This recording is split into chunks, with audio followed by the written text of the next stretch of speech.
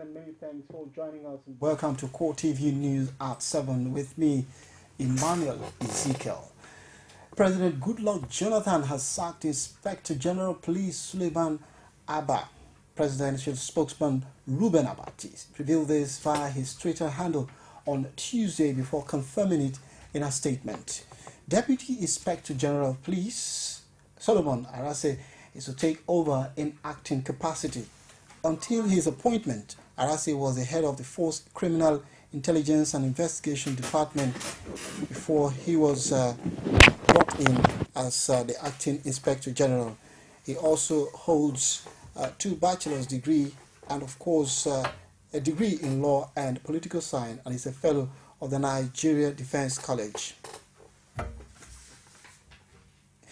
Meanwhile, the United States government has commended Nigeria's President Goodluck Jonathan for the role he played in the peaceful conduct of the March 28 presidential election. Jonathan, presidential candidate of the People's Democratic Party, lost to the All Progressives Congress flag bearer Muhammadu Buhari in the poll. The incumbent president immediately considered defeat before the announcement of the election results by the Independent National Electoral Commission. Few weeks earlier, President Barack Obama had praised the efforts of Jonathan and Buhari in ensuring peace during and after the elections. The White House, in a statement issued on Tuesday through the U.S. Embassy in Nigeria, stated that the American Vice President Joe Biden made a phone call to Nigeria's president.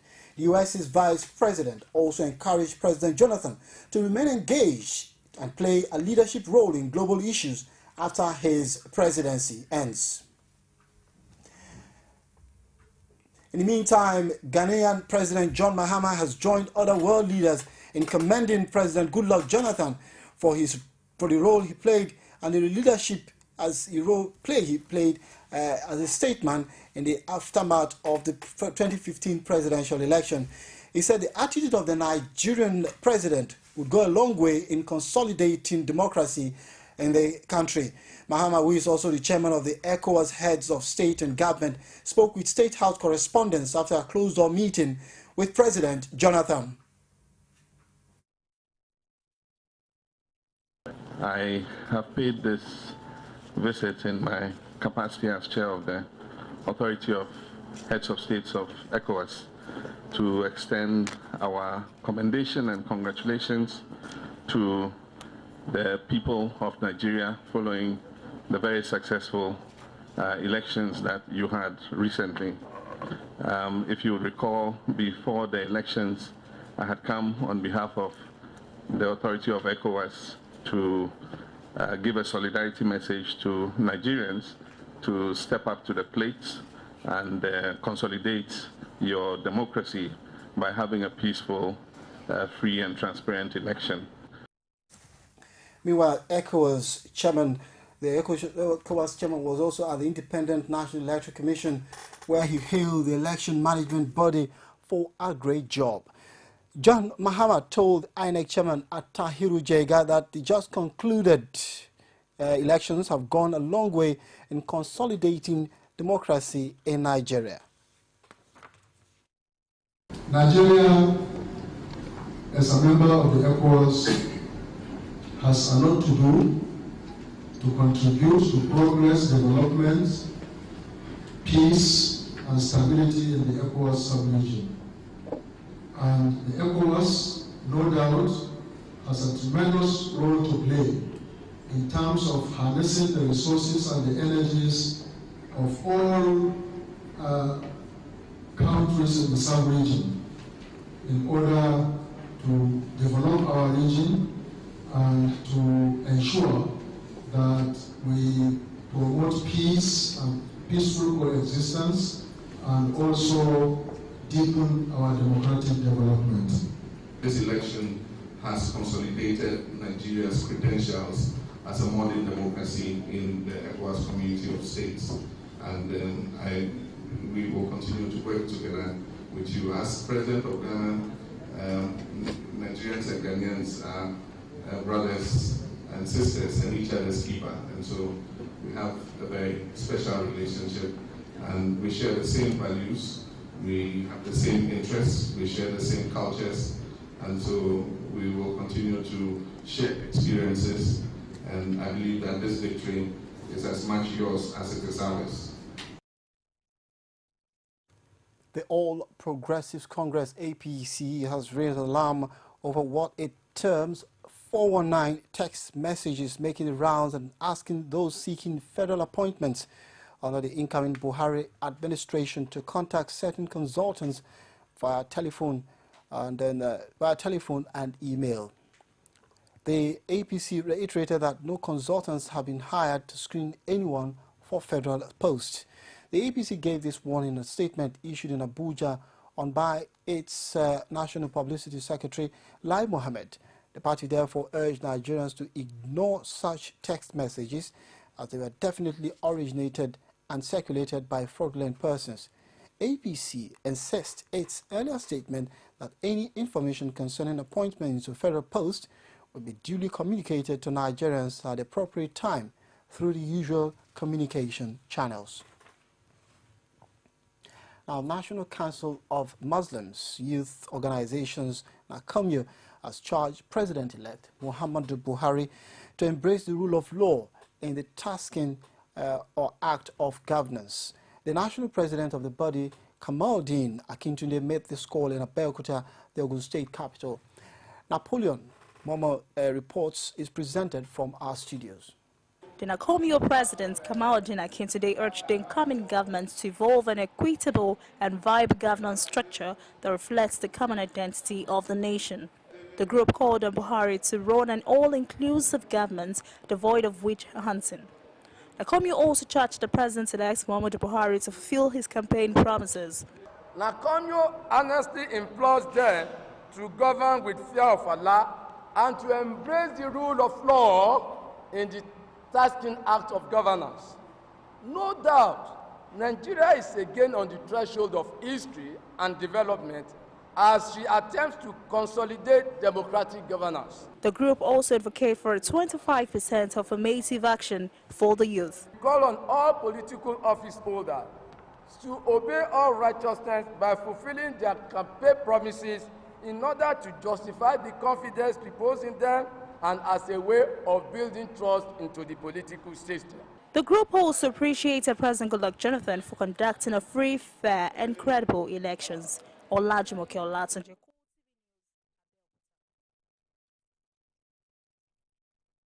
Now to a response to the infamous xenophobic attacks where the Nigeria Labour Congress sees the xenophobic attacks in South Africa as a fallout of deep-rooted economic issues and bad governance. It described the attacks as Afrophobic because the black South Africans do not see themselves as Africans.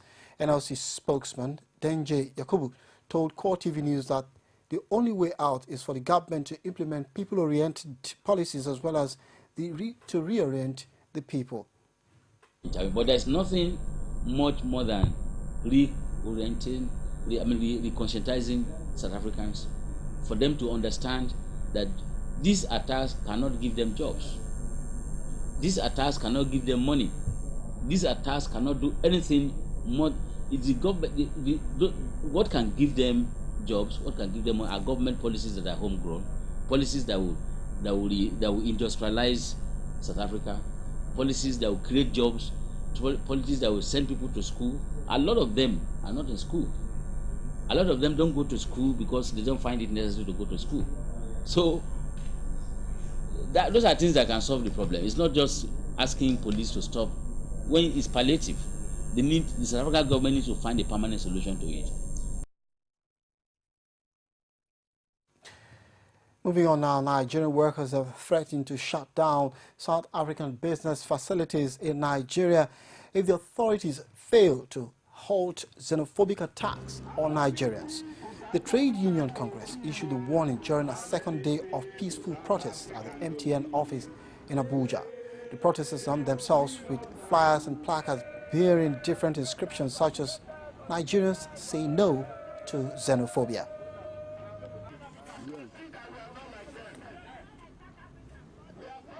Yes. We have come to tell them we can stop DSTV. Yes. We can stop Top Right. Yes. We can stop all their investment in Nigeria. Yes. But we will not do it. Yes. Do you know why we will not do it? Because we think better. Do you know why we will not do it? Because we are not violent. Do you know why we will not do it? Because we will not kill our fellow man. And that is why we are taking this opportunity to come to you, to send a message to your people. And on this note, we are sending this warning that despite the fact we have killed a number of Nigerians, despite the fact that we are in pain, despite the fact that we are in agony, we have only come here. We are managing our agony, but we will not be violent. We have come to tell you to stop this killing. We condemn it. We join the people to condemn it. And I tell you that nobody wants to be described in the words and terminology South Africans are being described today. No sensible person like that. That aside, I also want to say that MTN Nigeria employs about 500,000 people on permanent business connections, whatever.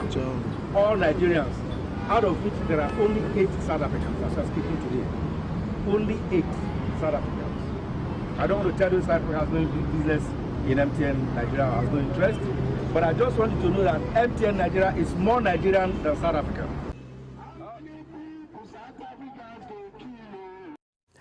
If you've just tuned in, you're watching CoreTV News at 7. We'll go for a quick break. When your news returns, we'll bring you another story of how youths in Abuja are also kicking against the xenophobic attacks in South Africa, as well as honor to the man Chukwu Merije. Stay with us.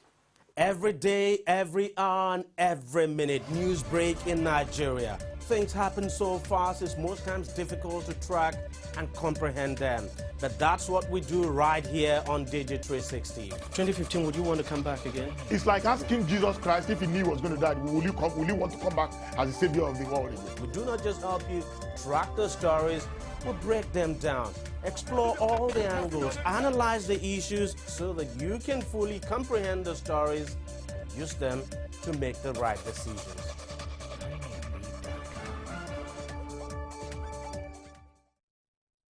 Welcome back. If you've just tuned in, you're watching CoreTV News at 7. Well, you can reach us on our following social media platform: Facebook, facebook.com/CoreTV, leave a space, and the news. You can also reach us on our Twitter handle at CoreTV News NG. Also on YouTube, youtube.com/CoreTV, leave a space, and the news. Staying with a response to the xenophobic attacks, youth in Abuja have taken the fight against xenophobic attacks by South Africans on foreigners to the South African-owned telecommunications firm MTN office at Maitama in Abuja.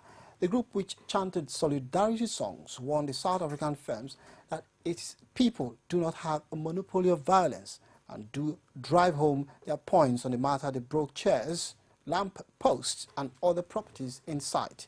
They also burnt the MTN flag. We get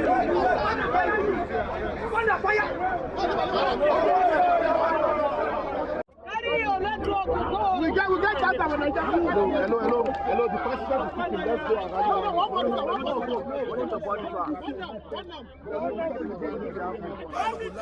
go.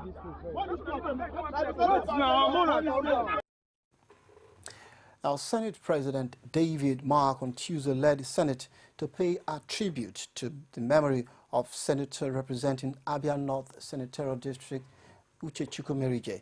This was after he adjourned seating as a mark of honor for the third-term senator who died on Sunday from complications arising from lung cancer. Mark and other senators described Chukwu Merije in glowing terms after signing the condolence register. We are all pained, but that of Uche Chukwu Merije is very exceptional because he is, even though at that age, still at the prime of his legislative activities, a great patriot, a very great Nigerian, a quintessential legislator, somebody who has love for this country, and he demonstrates it, he says it, and he demonstrates it, so it's really a very painful thing. You know, you never missed his presence. He dominated his space, and he won't be there anymore, so that space will be empty. If Senator Chukwu Merije were anywhere, you felt him. Away from that now to the mysterious death that occurred in Ondo State, and in the aftermath of the said incident in Oderele, a community in Ondo State, the senator representing the area wants local and federal authorities to help the widespread consumption of a local concoction. Health authorities say the drink is responsible for the recent death of about 18 people, but community members are blaming the situation on the desecration of a shrine. Senator Boluwaji Kunlere told National Assembly correspondents in Abuja that the local drink had for years been part of the local tradition. He revealed that the black soap is one of the components of the drink and wants the people sensitized on the harmful concoction. It goes out to those people that unfortunately lost their lives, and it will continue to serve as a kind of lesson, the way we live our lives. Moving on now, after the euphoria of electoral victories across the country, one of the major challenges that will confront the president and some state governors is the level of debt stock out for the outgoing administration and the ones they will leave behind. Oluwaseyi Adegoke has details in this report. The huge debt pile at the national and state level, if not properly handled, could hamper the delivery of dividends of democracy. Then they should not rely so much on how much they could borrow, from other places if they don't have means of paying. So what they should do is to plug all the leaking, all the drain pipes, where the resources of those states are leaking out. Debt issue would only require the new administrations at the national and state levels to put on their thinking cap. A lot of more ingenuity has to come in for you to really succeed in fulfilling the promises you've made and the changes you have promised. Internally generated revenue is very key. They need to put on their thinking cap and see what they can do. As Nigerians look forward to the promises of the new administrations at the national and state levels, come May 29, 2015, the people hope that these administrations will indeed bring a realistic change. Oluwaseyi Adegoke, CoreTV News, Lagos. Now to the next story, which is focused on climate change. The fight against the ravaging impact of climate change requires collaboration and collaborative efforts from government and environmental experts for it to be successful. This was the submission of speakers at the 7th Lagos State Climate Change Summit. Abiola Oluwole reports that the summit focused on how to evolve ways of adaptation against the global challenge. His report. Climate change poses a big challenge to the survival of the world, and this has been a source of concern to leaders and experts. But in finding a common ground has so far proven elusive. This summit is another platform for stakeholders to devise mitigating adaptation strategy against climate change. Richard Beatsworth set the ball rolling with his paper on climate change governance, challenges and opportunities. He says a collective action among countries of the world will be required to arrest the negative effects of climate change. And all states must cooperate in some form or other with each other if, one, a global solution is to be found to the rise in the Earth's surface temperature, and two, most importantly, if this solution is to be equitable. Governor Babatunde Fashola, who declared the summit open, says the environment plays a crucial role to support human existence, hence the need for proper attention to be given to it. The greater challenge, therefore, is ours, to understand how to conserve nature's gift, to adapt to nature's evolution, to mitigate against the hazards of the environment, and to seek for sustainability in all that we do.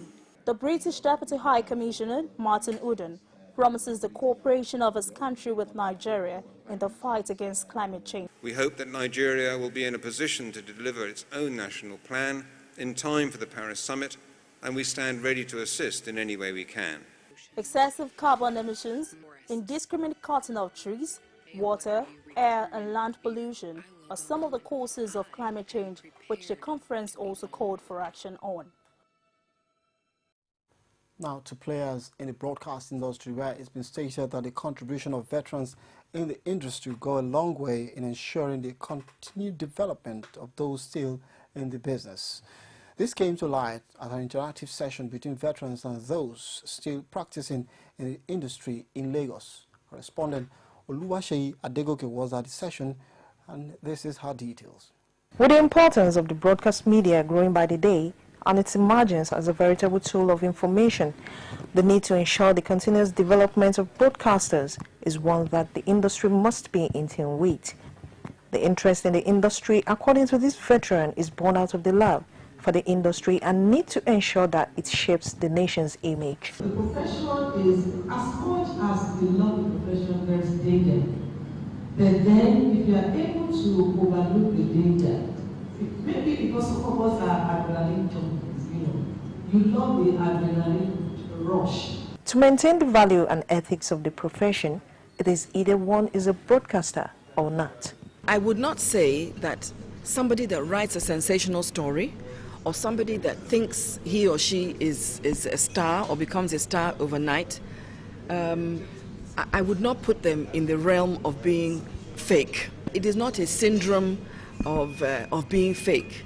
It is a syndrome of self-delusion. Though much has changed in the broadcast industry in terms of development and innovation, the need to continue to learn and develop on the job is a fundamental part of the life of a broadcaster. It's about being receptive to new ideas. I know it becomes even more intricate because the new media is here, and so the lazy broadcaster relies on the new media even when a story is not true. The veterans in the broadcast industry, however, encourage the younger generation to keep alive their passion for the success of the industry. Oluwaseyi Adegoke, CoreTV News, Lagos. Now to news outside Nigeria. Former President Mohamed Morsi of Egypt has been sentenced to 20 years in jail for ordering the arrests and torture of protesters during his rule. It is the first verdict he has received since his ouster, and it's one of the several trials he faces. Morsi was deposed by the army in July 2013 following mass street protests against his rule. Since then, the authorities have banned his Muslim Brotherhood movement and arrested thousands of his supporters. Morsi and 14 other Brotherhood figures escaped a more serious charge of inciting the killing of protesters, which could have carried the death penalty. Most of the other defendants were also given 20 years prison sentences. And finally, news outside Nigeria, the South African government says it will deploy the army to end a wave of attacks on foreigners. Defense Minister Nosiviwe Mapisa-Kakula has said. The defense chief further said the soldiers will be deployed to Alexandra Township, north of the main city of Johannesburg. It will be the first troop deployment to take place since the violence broke out earlier this month, killing at least 7 people.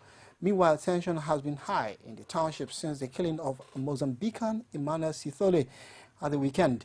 Many people would appreciate the decision to bring in the defense force, Ms. Mapisa-Kakula told journalists. Troops would not take over the responsibilities of the police, but would assist in maintaining order, she added.